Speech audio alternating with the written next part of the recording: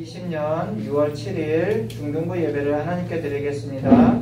모두 자리에서 일어나 주십시오. 기도하겠습니다.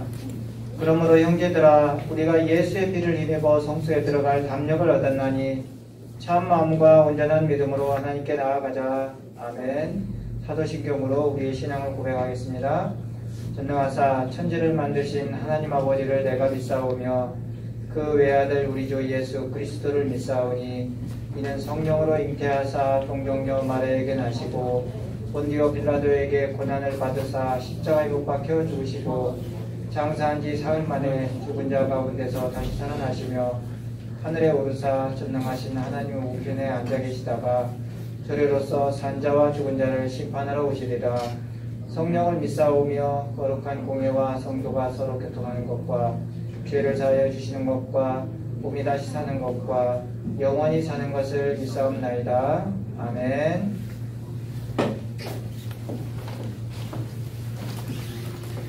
안녕하세요. 안녕 얘들아. 오늘도 여러분을 만나서 또 이렇게 온라인으로 예배를 드리는 친구들도 있는데 함께 예배 드릴 수 있어서 참 감사합니다. 오늘은 벌써 6월이 되었고, 그죠?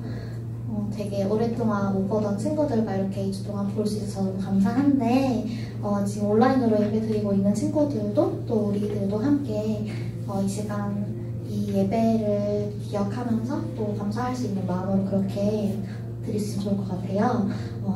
오늘 곡들을 약간 주님의 십자가를 좀 묵상하면서 또 찬양을 골라봤는데, 우리 첫 곡은 예수 피를 힘입어라는 찬양이에요. 그래서 함께 가사를 보면서 예배에 나아가는 마음으로 같이 찬양할 수 있으면 좋겠습니다.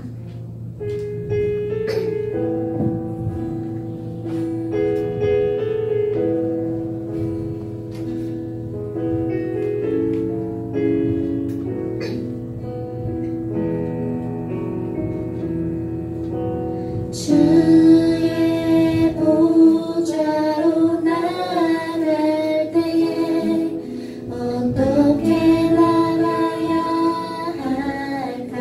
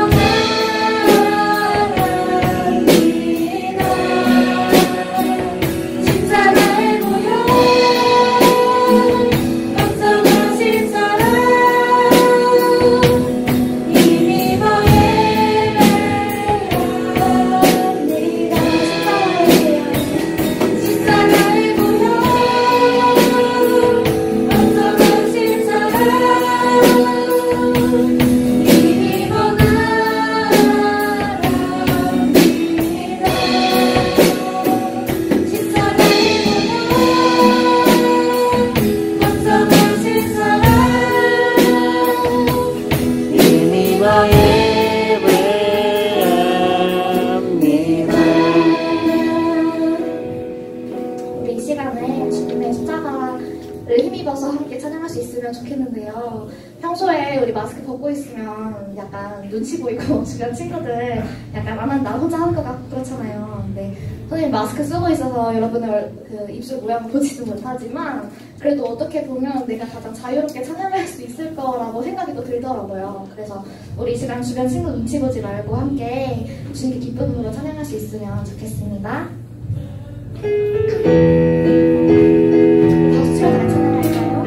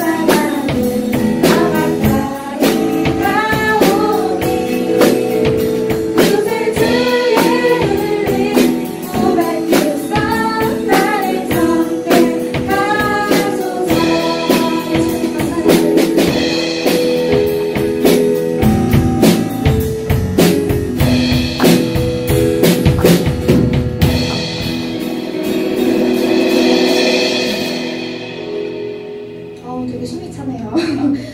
여러분의 고충을 조금 알 것 같아요. 마스크 쓰고 찬양도 하려고 하고 목소리도 내려고 하니까 참 힘이 드는데 반주 주시고요.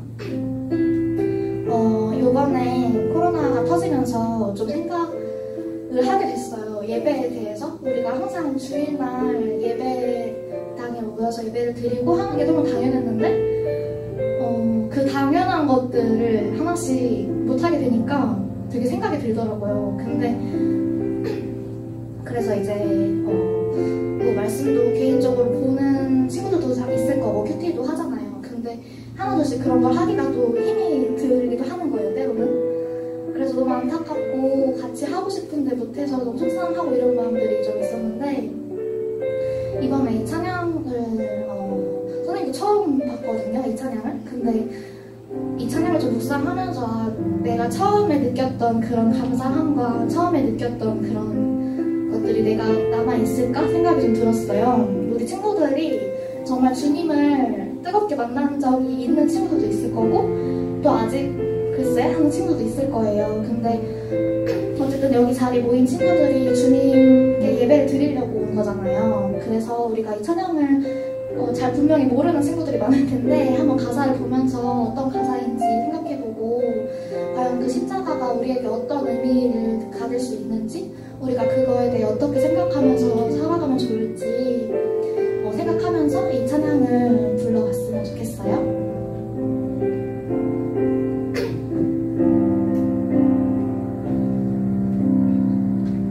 십자가 앞으로 나아갑니다.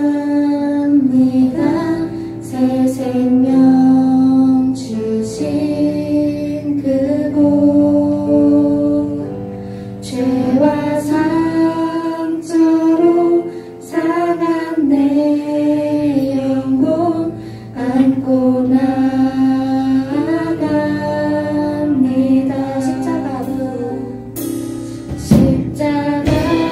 앞으로 나아갑니다. 거듭났던 그곳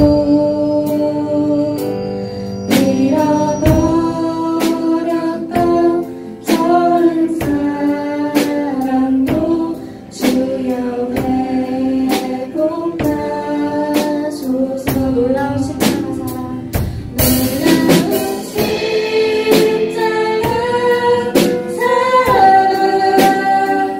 놀라운 십자가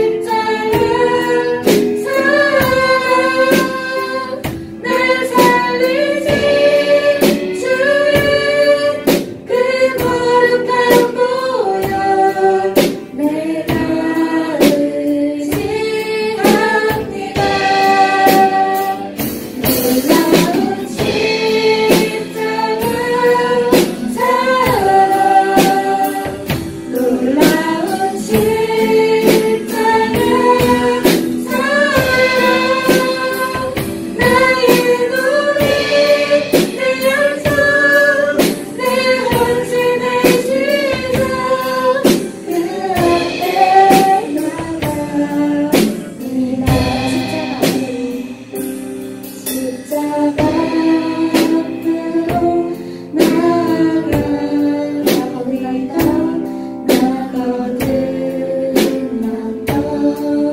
그곳 잃어버렸던 저른 사랑도 주여 회복하소서. 놀라운 십자가 사랑, 놀라운 십자가 사랑, 날 살리신 주의 그 거룩한 보혈 내가 의지합니다.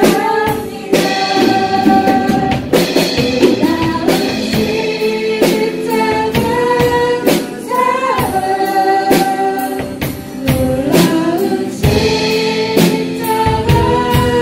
사랑, 나의 노래 내 영광 내 헌신 되시소. 그 앞에 나갑니다. 그 앞에 나갑니다.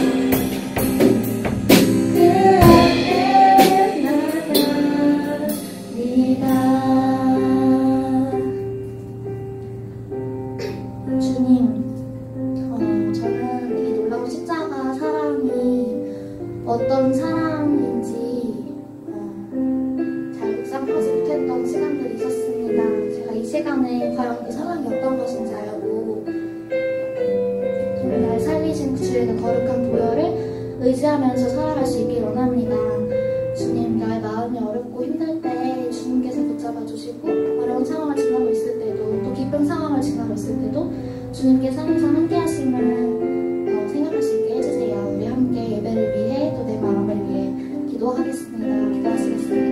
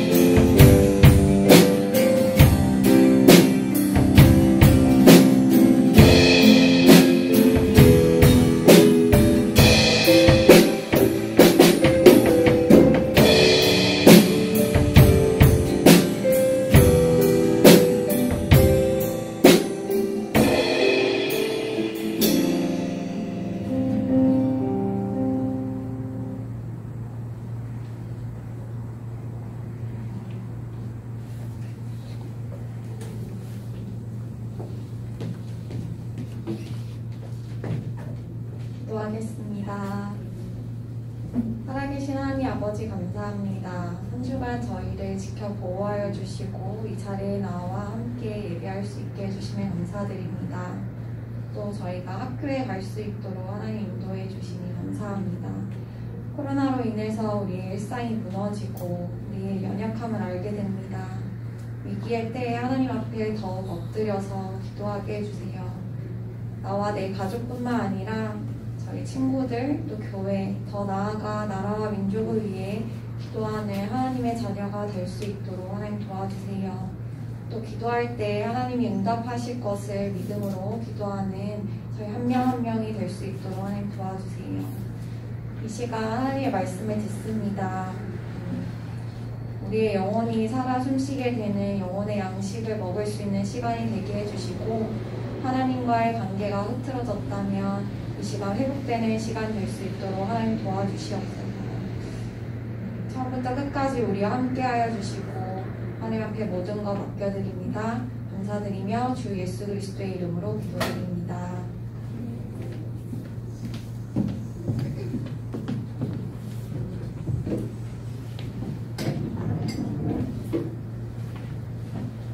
준비하신 예물 하나님께 드리겠습니다.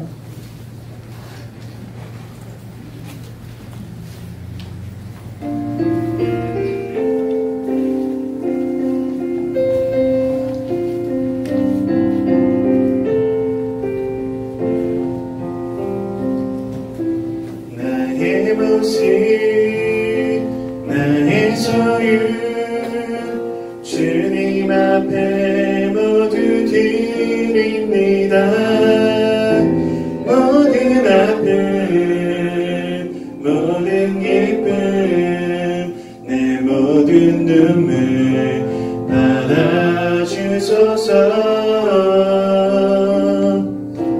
나의 생명을 드리니 주 영광 위하여 사용하옵소서.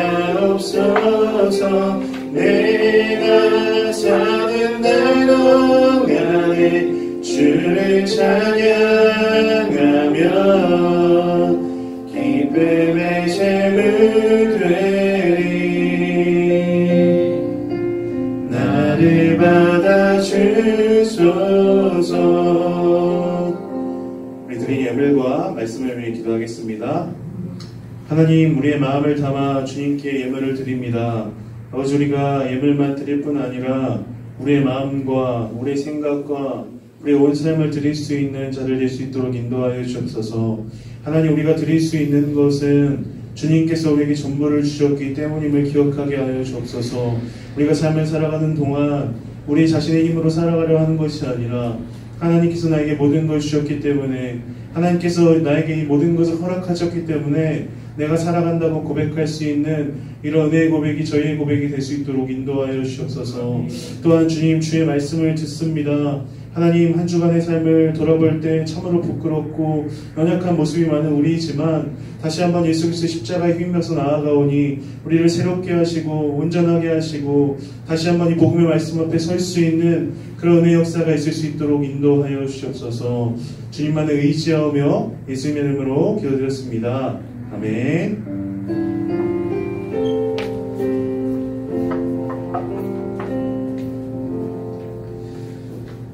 네, 오늘 우리에게 주신 하나님의 말씀은 고린도전서 1장 18절에서 25절 말씀입니다. 고린도전서 1장 18절에서 25절 말씀, 네, 신약성경 263페이지입니다. 네, 신약성경 263페이지 고린도전서 1장 18절에서 25절 말씀, 저희 한 절씩 교독하고 마지막 절 같이 읽도록 하겠습니다. 십자가의 도가 멸망하는 자들에게는 미련한 것이요 구원을 받는 우리에게는 하나님의 능력이라. 종들과 내가 지혜 있는 자들의 지혜를 더하고 웅장한 자들의 분명을 폐하리라 하였으니. 지혜 있는 자가 어디 있느냐, 선비가 어디 있느냐, 이 세대의 변론가가 어디 있느냐. 하나님께서 이 세상의 지혜를 미련하게 하신 것이 아니냐. 하나님의 지혜에 있어서는 이 세상이 자기 지혜로 하나님을 알지 못하므로 하나님께서 전부에 미련한 것으로 믿는 자들을 구원하시기를 기뻐하셨다. 유대인은 표적을 구하고 헬라인은 지혜를 찾으나 우리는 십자가에 못 박힌 그리스도를 전하니 유대인에게는 거리끼는 것이요 이방인에게는 미련한 것이로되 오직 부르심을 받은 자들에게는 유대인이나 헬라인이나 그리스도는 하나님의 능력이요 하나님의 지혜니라. 같이 읽겠습니다. 하나님의 어리석음이 사람보다 지혜롭고 하나님의 약하심이 사람보다 강하니라. 아멘. 네, 여러분 한 주간도 잘 지내셨는지요? 이번 주에는 중2가 등교를 했죠. 제가 지난주에 잘못된 정보로 인해서 여러분이 다 등교한 줄 알았는데 아니더라고요. 속을 얼마나 비우셨을까. 네. 이번 주에는 중2가 등교를 하고 죄송해요. 다음 주에는 중1이 등교하는 거 맞죠? 정상적인 정보죠 그게.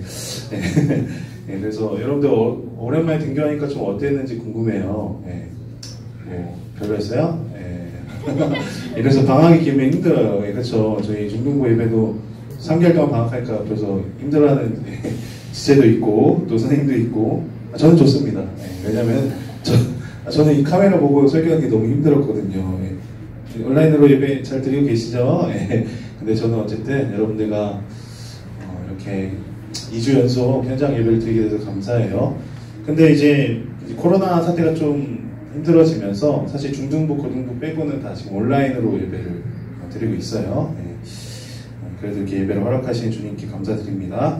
네, 지난주에 코로나 관련해서 계속해서 좀 올라오는 뉴스가 뭔지 아셔요? 네, 뭐 뉴스를 잘 안 보고 공부만 하셨을지도 모르겠지만 교회와 관련된 그런 확진자가 계속해서 늘어났다. 이런 것이 계속해서 기사가 등장했잖아요. 그래서 이번 주에는 여러분들이 사실 얼마나 올까 좀 걱정을 많이 했는데 그래도 꽤 오셔서 다행입니다. 10명 이하면 뭐 현장 예배 잘리고 이런 건 아니에요. 그런 건 아닌데 아무튼 그래도 저희가 함께 또 모여야 또 예배할 수 있으니까 이렇게 모여할 수 있으면 감사합니다. 근데 그 교회발 코로나의 특징이 뭐냐면요, 환기가 잘 안 되는 곳이고 밀접한 상태에서 마스크를 쓰지 않은 상태에서 이렇게 좀 많이 전염이 됐다고 해요. 그래서 여러분들이 조금 답답하더라도 마스크 벗지 마시고 예배 후에는 항상 소독을 하고 있거든요. 방역업체가 하는 건 아니고 제가 이렇게 하고 있어요. 그러니까 안심하시고 또 예배 드렸으면 좋겠습니다. 우리가 6월부터는요 고린도전서에 대해서 4번 저희가 설교를 하려고 해요.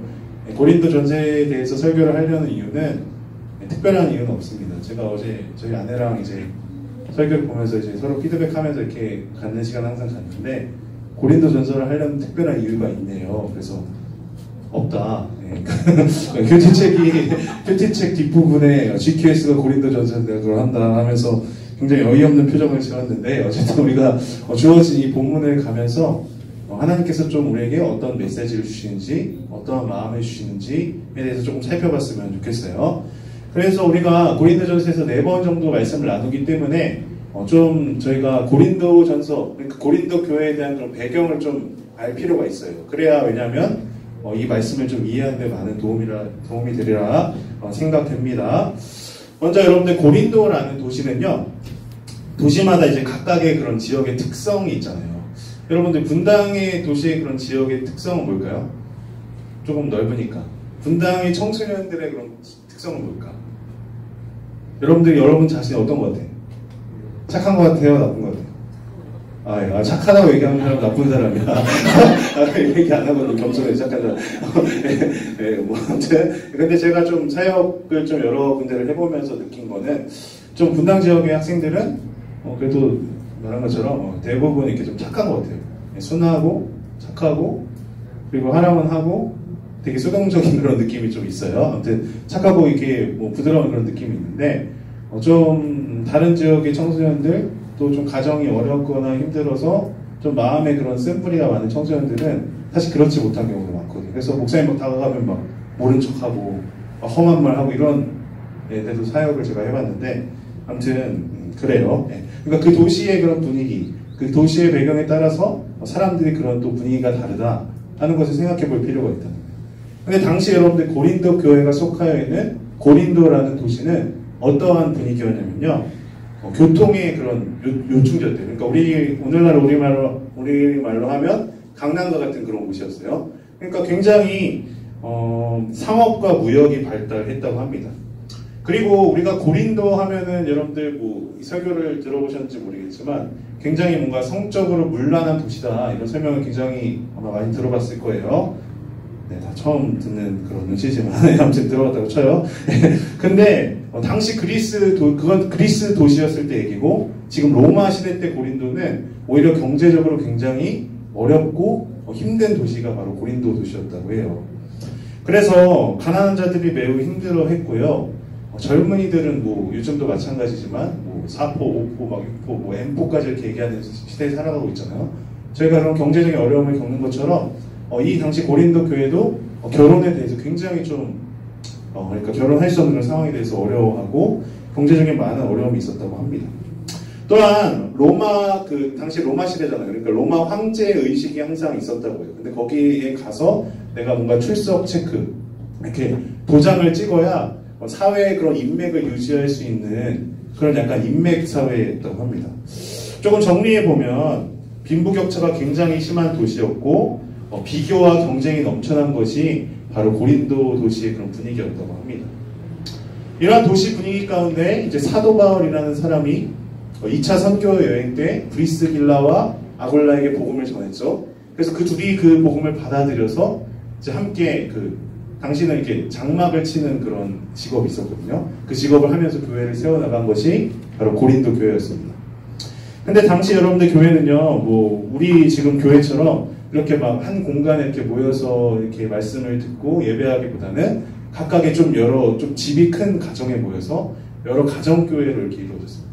그래서 이 바울의 복음을 잘 받아들인 가정은 건강한 가정교회가 됐고, 이제 바울이 떠나면서 좀 병들고 좀 약간 진짜 병들었다는 게 아니라 영적으로 병들고 좀 영적으로 그렇게 다운된 그런 교회들이 굉장히 많았다고 해요. 그래서 도시의 분위기상 뭐가 심했다고 제가 말씀드렸죠? 빈부격차와 편가르기 굉장히 심했다고 했어요. 그렇기 때문에 그 사회의 그런 문제가 동일하게 교회 가운데도 흘러 들어오게 됐다는 것입니다. 그래서 바울은 이 여러 가지 문제로 신음하고 있는 교회를 향하여서 고린도 전서를 쓴 거예요. 얘들아, 너희가 교회에 이런 문제가 있을 때는 이렇게 했으면 좋겠다. 하나님의 마음으로, 하나님의 말씀을 쓴 거죠. 얘들아, 너희가 이런 문제를 겪어서 힘들어할 때는 이렇게 했으면 좋겠어. 그래서 우리가 동일하게 요즘도 저희가 코로나 어떻게 보면 시대를 지나가고 있으면서 굉장히 여러 가지 그런 문제점들이 참 많이 드러나잖아요. 그런 확진자들의 그런 동선을 보면서 이 사회가 얼마나 썩었고 얼마나 아픈지를 보여주기도 하고, 또 우리가 교회 생활을 하면서 여러 가지 그런 겪고 있는 그런 문제와 고민들을 오늘 이 말씀을 통해서 살펴보는 은혜가 있었으면 좋겠습니다. 그래서 바울은 이렇게 18절에 이렇게 기록하고 있어요. 자, 같이 한번 읽어볼까요? 18절 19절 되어 있는데 18절만 읽어보도록 하겠습니다. 시작! 십자가의 도가 멸망하는 자들에게는 미련한 것이요 구원을 받는 우리에게는 하나님의 능력이라. 네, 제가 방금 전까지 얘기했듯이 고린도 교회는 어떤 교회였다고요? 굉장히 여러 가지 그런 문제가 많은 교회였어요. 그런데 그 가운데서도 교회 안에 그런 분열이 있었다고 합니다. 지도자들을 통해 교인들과의 경쟁이 있었어요. 예를 들어 볼게요. 교회 안에서 여러 목회자들이 있을 거 아니에요. 거긴 뭐 가정교회 담당하는 그런 목회자들 여럿이 있었겠죠. 그런데 어떤 목사님을 따르는 파가 있는 거예요. 그래서 나는 뭐 바울파다, 나는 베드로파다, 나는 뭐 바나바파다 이렇게 해가지고 여러 파를 나누어서 그렇게 경쟁하는 그런 구도가 있었다고 합니다. 목회자들도요, 서로 뭔가 화려하고 설득력 있는 말로 교인들의 마음을 사로잡으려는 그러한 시도를 한 거예요. 마치 제가 설교를 하는데 이 설교에도 목적이 여러분도 있을 거 아니에요. 그렇죠? 제가 그냥 아무 생각 없이 여기서 주일 됐으니까 하긴 해야겠다 어쩔 수 없이 하는 게 아니라 이 말씀을 전하는 그런 목적이 있을 거 아니에요. 근데 그 당시에 목회자들은 어떠한 마음으로 말씀을 전했다고요? 내가 좀 더 나은 사람을 인정받기 위해서. 심지어 세례를 주는 거 아세요, 여러분들? 믿음의 고백을 하면 그 사람에 대한 그 표징으로 이렇게 세례를 주잖아요. 세례를 주는 것도 나 이번 달에 세례 10명 했어. 난 20명이야. 난 30명 했거든. 이렇게 굉장히 분열된 모습으로 교회가 나아가고 있다는 것입니다. 이렇게 잘못된 경쟁에 빠진 고린도 교회를 향해서 바울은 다시 한번 너희가 받은 복음이 무엇인지를 한번 생각해봐라. 복음이 어떤 것이고 복음이 이토록 소중한 것인지를 일깨워 주려고 지금 말씀하고 있다는 것입니다. 자, 18절에 보면 십자가의 도는 누구에게 미련한 것이라고 이렇게 되어 있죠? 네, 십자가의 도는 멸망하는 자에게 미련한 것이라고 이렇게 얘기하고 있습니다. 네, 성경의 말이 참 이해하기가 쉽지 않은데요. 좀 쉽게 표현하면 복음은 믿지 않는 자들에게는 굉장히 미련해 보인다는 것이에요. 네, 죄송한데 문 좀 닫아주시겠어요? 이것은 22절에 조금 더 구체화돼서 어떻게 표현하면요. 유대인들은 기적을 구하고 그 다음에 헬라인들은 지혜를 찾기 때문에 이 관점에서 보면 복음이 굉장히 미련해 보인다는 거죠. 예, 좀 어려우니까 제가 이거는 나중에 설명할게요. 사실 근데 여러분은 여러분 중에는 이제 모태신앙이 많고 뭔가 하나님이 나를 사랑하시고 예수 그리스도의 십자가 나를 위한 것이라는 것을 사실 너무 많이 들어왔기 때문에 이게 미련한 것이라고 생각이 잘 안 되거든요. 그렇지 않아요? 여러분 십자가의 사랑 미련해 보이세요? 네, 모태신앙의 문제는 아예 생각이 없습니다. 네, 너무 오랫동안 그 얘기를 들었기 때문에 생각이 없어. 차라리 뭔가 의구심을 갖고 또 생각을 하면 좋은데 그냥 너무나 어렸을 때부터 모태신앙이 뭐죠? 어떤 사람 잘못 들어서 못한다는 그런 얘기를 하는데 그게 아니라 엄마 뱃속에서부터 다닌 게 그런 신앙이잖아요. 그래서 너무나 이렇게 어릴 때부터 주입받았기 때문에 아무 생각이 없단 말이에요. 근데 믿지 않는 사람들에게는 이게 굉장히 황당한 이야기를 들린다는 거예요, 여러분들. 세상 사람들의 관점에서 볼 때 이해하기가 쉽지 않다는 것입니다. 네, 제가 설명했죠. 유대인들에게는 미련한 것이라고 얘기를 했잖아요. 유대인들에게 여러분들 십자가는 왜 그런 미련한 것일까요? 유대인들? 한국인들 말고. 유대인들은 말씀의 성취가 되어야만이 그리스도다라는 그런 생각이 있었거든요. 말씀의 성취. 그러니까 그들이 가지고 있는 구약 성경 있잖아요. 우리가 본 구약 성경에 말씀의 성취. 그러니까 예를 들어 그리스도는 베들레헴에서 태어날 것이다. 그리스도는 자신의 백성을 구원하러 온 사람이다라는 이 말씀의 성취가 있어야지 그리스도라고 믿는 사람이었단 말이에요. 근데 예수님께서 지신 십자가는 그들의 말씀에 보면요. 굉장한 저주라고 이렇게 기록되어 있어요. 여러분들 잘 못 들어보셨을지도 모르는데 자, 십자가는 신명기 21장 22절 23절 이렇게 기록되어 있습니다. 자, 한 절씩 읽어볼게요. 사람이 만일 죽을 죄를 범함으로 내가 그를 죽여 나무 위에 달거늘. 23절 십자가를 나무 위에 밤새도록 두지 말고 그 날을 장사하여 내 하나님 여호와께서 내게 기업으로 주시는 땅을 더럽히지 말라. 나무에 달린 자는 하나님께 저주를 받았음이니라. 네, 이 말씀은 뭐라고 기록되어 있어요? 나무에 달린 자마다 하나님의 저주를 받은 사람이다. 근데 여러분들 예수가 만약에 그리스도라면 지금 어떻게 돼 있어요? 십자가 위에? 나무 위에 달려있단 말이에요. 어떻게 그가 그리스도가 될 수 있겠어요? 나무 위에 달린 사람은 다 하나님의 저주를 받은 사람입니다. 그러니까 이 유대인의 관점에서 보면 굉장히 미련해 보이는 거죠. 예수 십자가를 위해서 막 목숨을 걸고 자신의 그런 것들을 다 바치는 사람들을 보면 정말 황당하다. 저 사람들 왜 이러냐? 이렇게 생각했다는 것입니다. 반면에 여러분들 헬라 사람들은요. 헬라 사람들 하니까 좀 어렵죠? 네, 헬라는 어디 나라인지 혹시 아세요? 지금의? 네, 다 알고 있지만 대답하지 않는 겸손한 마음. 예, 헬라는 그리스를 생각하면 됩니다. 지금의 그리스를 얘기하는 거예요. 딱 이렇게 말이 안 나네. 딱 그리스 하면 무슨 생각이 드세요, 여러분들? 그리스 사람이 지혜롭다 하면 네, 철학이 그리스에서 나왔잖아요, 여러분들. 그래서 여러분들 다 들어보셨을 거예요. 아리스토텔레스 들어보셨어요? 조금 더 유명한 사람, 소크라테스, 막 명언들을 막 남겼잖아요. 그 사람들은 뭘 좋아할 것 같아요, 여러분들? 굉장히 논리적이고 치밀하고 그렇게 정말로 빈틈없는 것들을 좋아할 것 같아요. 그래서 철학을 영어로 하면은 필로소피인데 필로가 사랑이라는 뜻이고 소피는 소피아가 지혜라는 뜻이에요. 그러니까 철학은 지혜를 사랑해서 하는 학문이 바로 철학입니다. 우리는 굉장히 안 좋은 이미지잖아요. 철학과 하면 뭔가 이상하고 느낌 좀 그렇고 철학하는 애들 보면 막 제일 공부 못하는 애들이고 이렇게 생각하는데 당시 고대에서는 그렇지 않았단 말이에요. 근데 그런 사람들이 십자가를 볼 때는 어떤 입장인 거예요? 좀 굉장히 논리적이지도 않은 것 같고 뭔가 능력이 넘쳐서 많은 사람들에게 유익을 줄 것 같지도 않은, 심지어 예수님이 그리스도라면 자신의 그러한 무죄임을 변론을 하고 그렇게 논리적으로 얘기를 했어야 되는데 그러지 않고 죽어버렸다? 저걸 믿는다? 굉장히 미련하다는 것입니다. 지난 한 주간 교회발 감염이 이슈가 되었다고 제가 말씀을 드렸죠. 그래서 올라오는 기사들마다 댓글 여러분들 보셨을지 안 보셨을지 모르겠어요. 어떤 내용들이 적혀 있냐면요. 재앙을 개척했다. 기독교가 뭐 그렇지. 신천지나 너희가 똑같다. 이런 굉장히 모욕적이고 수치적인 댓글들이 많이 있었습니다. 물론 방역 지침을 지키지 않은 채 교회 모임을 가진 교회의 책임도 어느 정도 있겠죠. 하지만 너무나도 수위 높은 비판이 교회에 가해지게 됐는데 이로 인해서 여러분들 어떻게 되었어요? 여러분들 그러신지 모르겠지만 학교에서 내가 더 이상 교회를 다닌다고 말하기가 더 어려워진 우리가 시대를 살아가고 있단 말이에요. 여러분 이런 거 안 해보셨어요?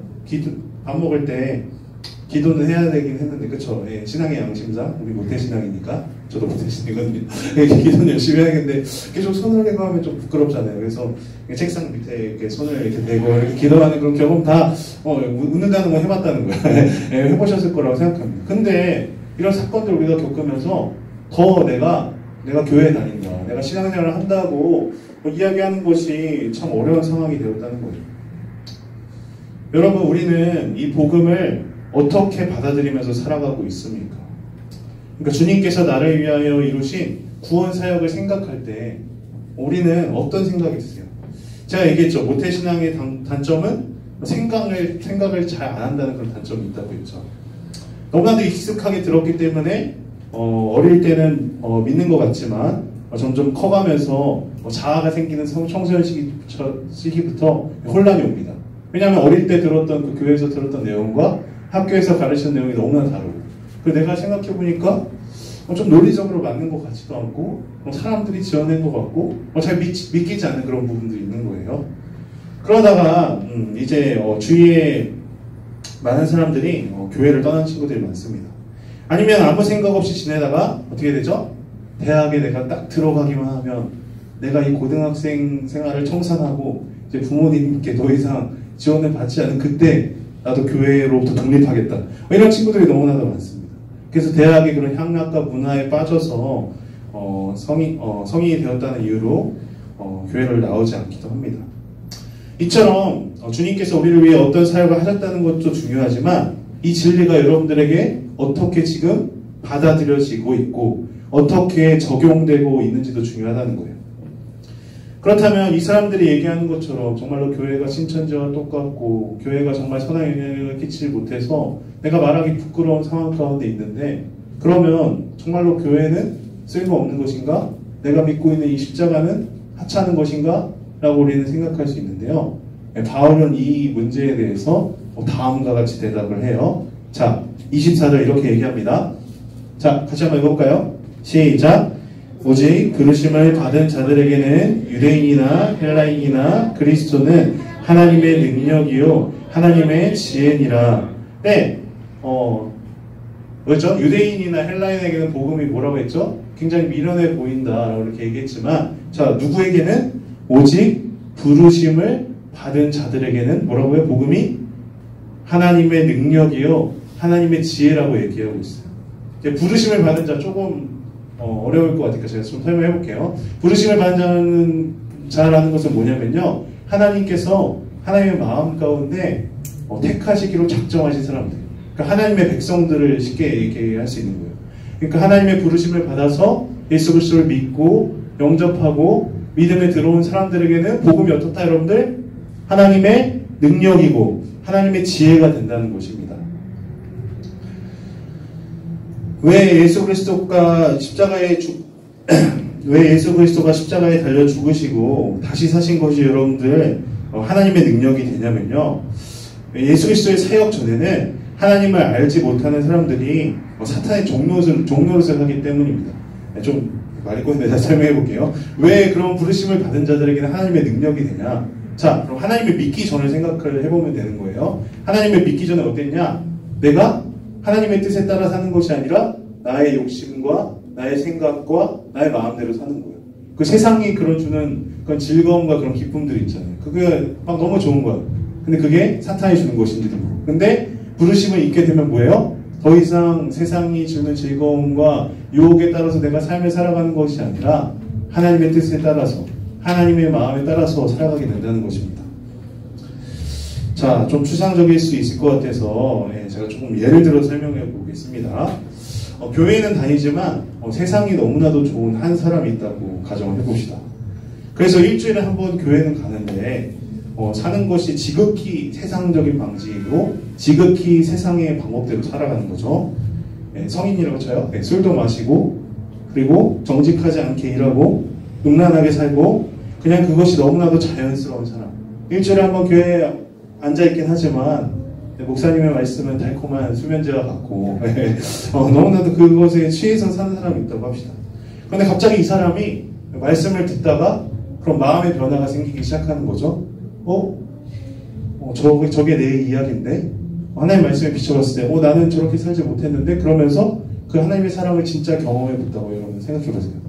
그럼 이제 그 사람은 더 이상 예전과 같이 살 수 없게 된다는 거예요.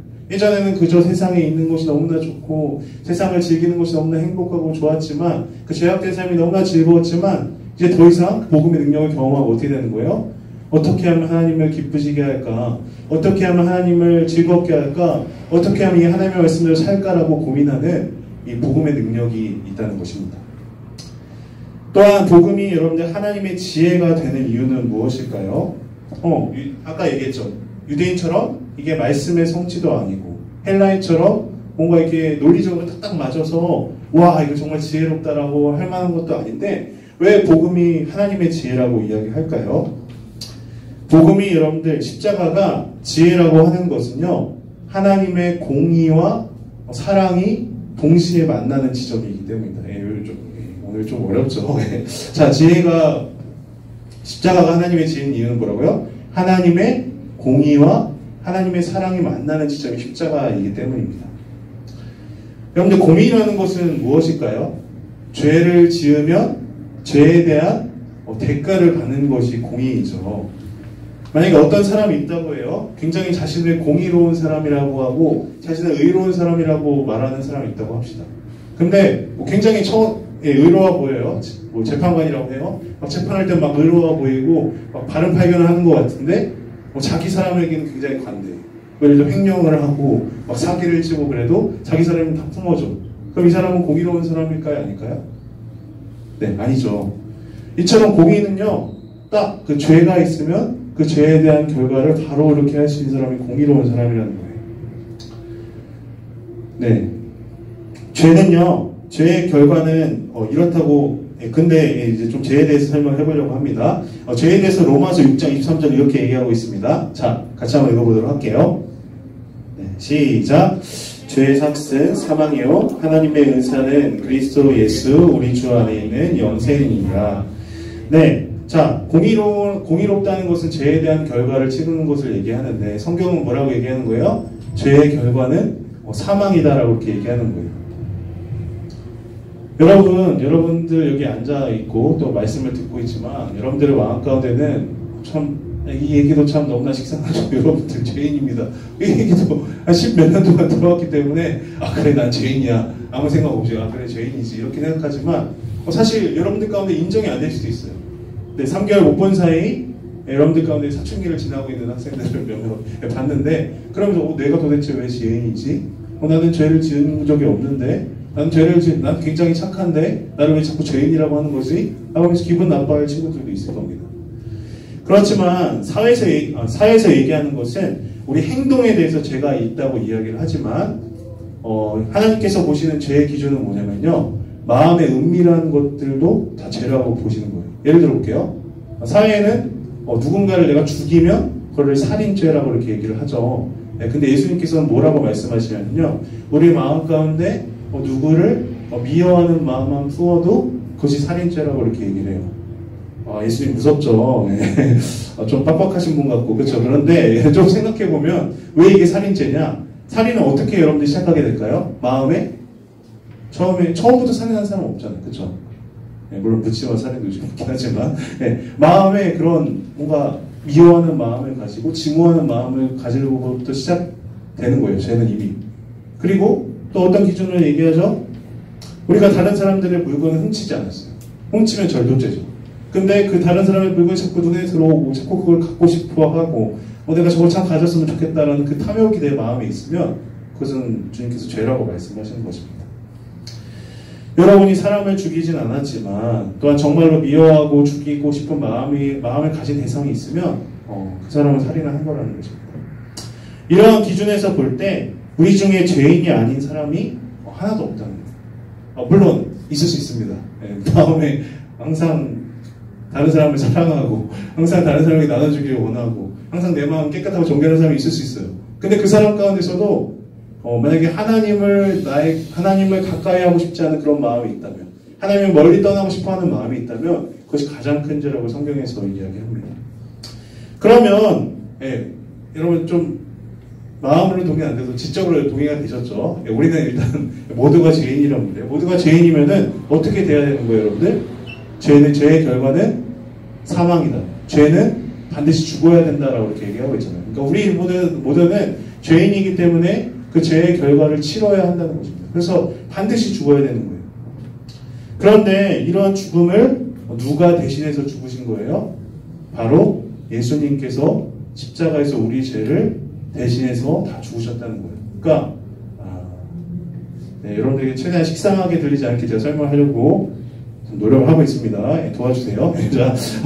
자, 우리가 죄 때문에 우리가 죽어야 할 그 자리에 주님께서 대신 십자가에 달려 죽으셨다라고 하면 조금 더 다르게 다가올 수 있을 것 같아요. 온 인류를 위해서 우리를 사랑해서 죽으셨다 이러면 좀 그렇지만 내가 짓고 있는 그 죄를 위해서 내가 짓고 있는 그 죄가 하나님과의 관계를 가로막기 때문에 그 죄를 위해서 주님께서 죽으셨다라고 이렇게 이해하시면 될 것 같습니다. 그래서 그 공의로운 하나님을 만족시킨 사건이 바로 십자가라는 거예요. 뭐죠? 공의롭다는 것은 죄를 지으면 죄에 대한 결과를 받는 것이 공의로운 건데 우리가 그 죄 때문에 죽어야 될 사람인데 예수님의 십자가가 대신해서 죽으심으로 공의로운 하나님을 만족시켰다는 것입니다. 또한 여러분들 십자가는 공의를 만족시킬 뿐만 아니라 하나님의 사랑을 보여줍니다. 자, 요한일서 4장 9절 10절을 이렇게 이야기합니다. 자, 여러분들 한 절씩 읽어보도록 할게요. 하나님의 사랑이 우리에게 이렇게 나타난 바 되었으니 하나님이 자기의 독생자를 세상에 보내심은 그로 말미암아 우리를 살리려 하심이라. 10절. 사랑은 여기 있으니 우리가 하나님을 사랑한 것이 아니요 하나님이 우리를 사랑하사 우리 죄를 속하기 위하여 화목제물로 그 아들을 보내셨습니다. 자, 하나님께서 공의의 관점에서 우리가 하는 걸 살펴봤고 그 다음에 십자가는 또 다른 측면에 뭐가 있다고요? 하나님의 사랑이 드러난다고 표현하고 있어요. 하나님께서 자신의 하나밖에 없는 아들을 세상에 보내신 것만으로도 굉장한 사랑인 거예요. 예를 들어 볼게요. 여러분들 굉장히 다 집에서 다 소중한 자녀들이잖아요. 하나님, 부모님들의. 근데 어떠한 굉장히 어려운 나라를 위해서 여러분들을 그 오지에 보내셨다고 생각해요. 생각해 보세요. 그러면은 그게 얼마나 여러분들이 싫을 수 있지만 그 부모님이 얼마나 그 오지를 사랑했기 때문에 그렇게 보내신 거겠어요. 마치 그것처럼 하나님께서 자신의 하나밖에 없는 아들을 이 땅에 보내신 것 자체가 사랑인 거예요.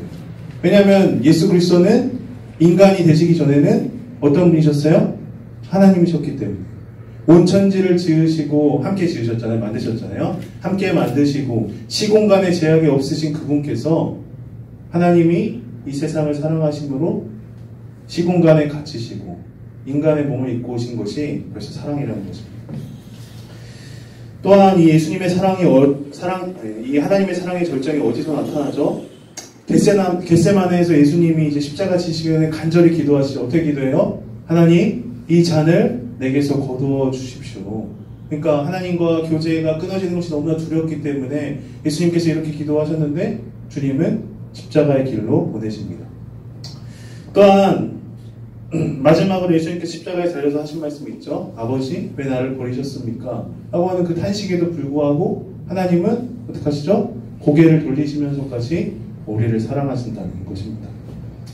여러분들, 부모에게 자식이란 정말로 소중하고 어떠한 것도 바꿀 수 없는 존재입니다. 그런데 그런 부모가 자녀를 내어주는 선택을 한다? 있을 수가 없는 일이죠. 자신이 죽었으면 죽었지 자녀를 죽이지는 않는단 말이에요. 그런데 하나님께서 우리를 사랑하시는 마음은 이보다 커서 자신의 아들을 십자가에 내어주심으로 우리와의 관계를 회복시키시기를 원하신다는 것입니다. 여러분, 우리 좀 긴 말씀 우리가 살펴봤죠. 우리가 고린도전서의 배경으로부터 시작해서 오늘 말씀까지 왔는데요. 좀 정리를 하면서 우리가 함께 기도하기를 원하는데요. 정말로 그럼 우리가 처한 현실을 볼 때 복음은 부끄러운 것인가? 복음은 능력이 없는 것이고 복음은 하찮은 것인가? 라고 이렇게 드는 우리가 시대를 살아가고 있잖아요. 근데 하나님은 뭐라고 말씀하세요? 바울은 뭐라고 얘기해요? 복음은 하나님의 능력이요, 하나님의 지혜다라고 이렇게 이야기를 합니다. 어떤 능력이요? 우리를 죄에서 자유케 하고 세상에 그런 끌려가는 대로 살아가는 것이 아니라 하나님을 기쁘시게 하는 그러한 능력을 저에게 주신다는 겁니다. 우리가 정말로 그 예수 그리스도를 믿고 하나님을 믿는 사람이랍니다. 또한 어떠한 부분에서 지혜라는 거예요, 여러분들? 헬라 사람들이 생각하는 그런 논리가 탁탁 맞고 그런 지혜가 아닐지 모르지만, 유대인들이 오해했던 것처럼 말씀의 성취가 아닐지 모르지만, 하나님의 지혜는 뭐예요? 하나님의 공의와 사랑이 만나는 그 지점이 하나님의 지혜라는 것입니다. 여러분들, 이 복음이 여러분들에게도 그저 십수년간 들어왔던 그런 지루한 이야기로 들리지 않았으면 좋겠습니다. 그래서 우리의 정체성이 흔들리는 이 시대 가운데 여러분들 가운데서도 정말 복음이 나의 능력이 되는구나, 복음이 나의 지혜, 하나님의 사랑과 하나님의 공의를 만족시킨 그 사건이구나 라는 것을 고백하며 나아가는 여러분들 되시기를 주님의 이름으로 축원합니다. 이 시간 우리 말씀을 기억하면서 함께 찬양했으면 좋겠는데요. 놀라운 십자가 사랑 함께 찬양했으면 좋겠습니다.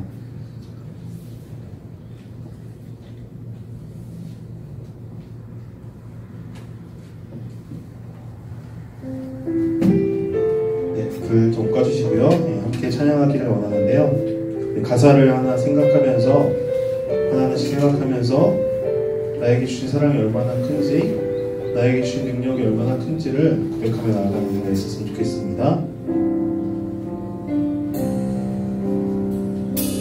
십자가 앞으로 나아갑니다.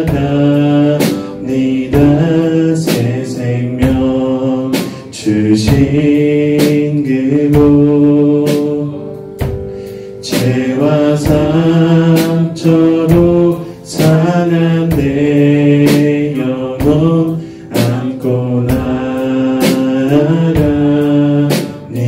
십자가 앞으로 나아갑니다.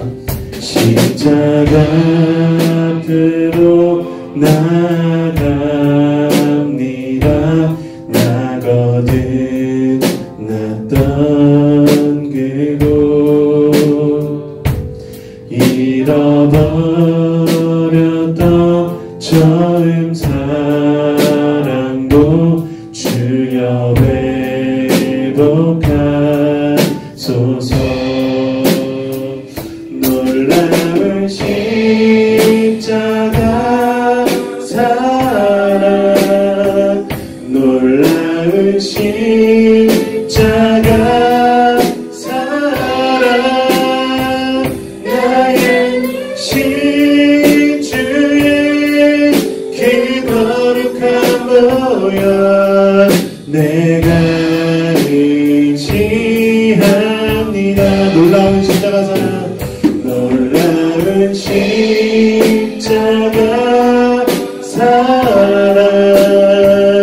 놀라운 십자가 사랑, 나의 노래, 내 열정, 내 헌신의 시작, 그 앞에 나갑니다. 다시 한번 십자가 앞으로 나아갑니다. 십자가 앞으로 나아갑니다. 새 생명 주신 그곳, 죄와 상처로 상한 내 영혼 안고 나아갑니다. 놀라운 십자가 사랑, 놀라운 십자가 십자가 사랑 놀라운 십자가 사랑 날 살리신 주의 그 거룩한 보혈 내가 의지합니다. 놀라운 십자가 사랑 놀라운 십자가 사랑 나의 열정 내 열정 내 헌신의 시작 그 앞에 나갑니다. 그 앞에 나갑니다. 그 앞에 나갑니다. 우리 시간 말씀을 기억하며 함께 기도했으면 좋겠습니다. 세상은 교회를 향하여 무슨 쓸모가 있냐고, 또 십자가를 향하여 그것이 무슨 의미가 있냐고 이렇게 이야기하는 시대를 우리가 살아가고 있습니다. 하지만 하나님의 부르심을 입은 자들, 하나님의 사람들에게는 여러분들 복음이 어떤 것입니까? 하나님의 능력이 됩니다. 정말 하나님의 뜻대로 살고 싶지만, 아니면 내가 계속 세상의 그런 여러 가지 유혹들에 끌려다니면서 살아가고 싶지 않지만 그것이 잘 되지 않을 때 주님께서는 이미 우리에게 사단의 능력을 붓을 하나님의 능력대로 살아갈 수 있는 그런 은혜를 허락하셨습니다. 또한 복음은 어떤 의미가 있습니까? 죄 많고 연약하고 끊임없이 죄책감에 빠지는 우리를 하나님은 의롭다고 하십니다. 왜요? 이미 우리가 겪어야 할 고통, 우리가 당해야 할 고난, 우리가 죽어야 할 그 죽음의 자리에 주님께서 계셨기 때문입니다. 또한 이 복음은 하나님의 사랑입니다. 하나님께서 자신의 하나밖에 없는 아들을 내어주시면서까지 자신의 하나밖에 없는 그 아들을 오진 고통과 고난의 그 십자가에 달리시면서까지 그 외면하시면서까지 우리를 사랑하신 그 사랑입니다. 다른 어떠한 것과도 바꿀 수 없다고 이야기하십니다. 그만큼 너를 사랑하고 그만큼 너를 아끼고 그만큼 너를 있는 그대로 사랑하신다고 이렇게 말씀하십니다. 우리 이 하나님의 사랑, 이 복음의 능력과 이 복음의 지혜를 기억하며 기도하였으면 좋겠습니다. 하나님, 저에게는 이 복음이 모태신앙이기 때문에 의미 없이 들렸을지 모르지만 하나님께서 저에게 이렇게 큰 사랑을 주시고 이렇게 큰 공의를 저에게 채우시고 이렇게 큰 능력으로 저와 함께 하심을 제가 더욱더 알기를 원합니다. 하나님, 조금 우리가 이 말씀을 통해서 알았다 하더라도 더욱더 이 복음의 깊이와 넓이와 높이를 알 수 있는 그 은혜를 저에게 허락하여 주시옵소서. 그래서 세상 사람들에게 당당하게 복음은 능력이요 복음은 지혜라고 선포할 수 있는 은혜 또한 저에게 허락해달라고 함께 이 시간 말씀을 기억하며 기도하며 나아갔으면 좋겠습니다. 기도하시겠습니다. 하나님 아버지, 정말 복음을 내가 예수 그리스도를 믿는다고 이야기하기가 어려운 시대를 살아가고 있습니다. 하나님, 내 삶을 돌아보았을 때도 정말 하나님께서 나를 사랑하시는지 하나님께서 나와 함께 하시는지 나는 정말 의로운 사람인지를 고민할 때가 너무나 많습니다. 그렇지만 주님, 정말 우리의 의로움 때문에 우리 어떠한 때문에 의로워하시는 것이 아니라 정말 예수 그리스도께서 나의 죄를 감당하셨기 때문에 예수 그리스도께서 나를 사랑하시고 그 자리에 계셨기 때문에 주님, 나는 하나님의 사랑받는 자리임을 고백하며 나아가는 이 은혜를 베풀어 주옵소서. 그래서 복음은 하나님의 능력이요 하나님의 지혜라는 것을 우리 세상 사람들이 당당하게 고백할 수 있는 그런 은혜의 역사가 우리 가운데 있을 수 있도록 하나님 도와주옵소서.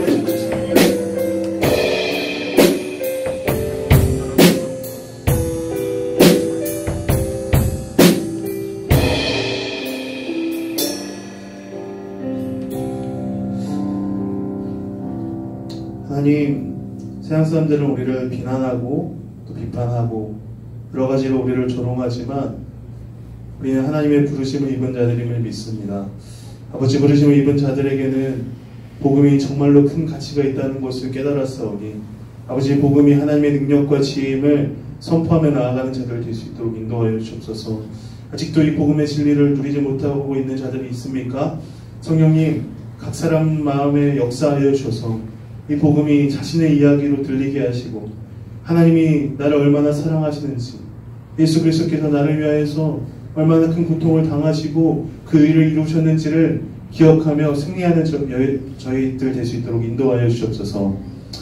이제는 우리 주 예수 그리스도의 은혜와 하나님 아버지의 사랑과 성령의 역사하심이, 복음, 하나님의 지혜와 능력임을 믿고 신뢰하며 나아가는 여기 모인 주의 백성들 가운데 함께 없기를 간절히 축원하옵나이다.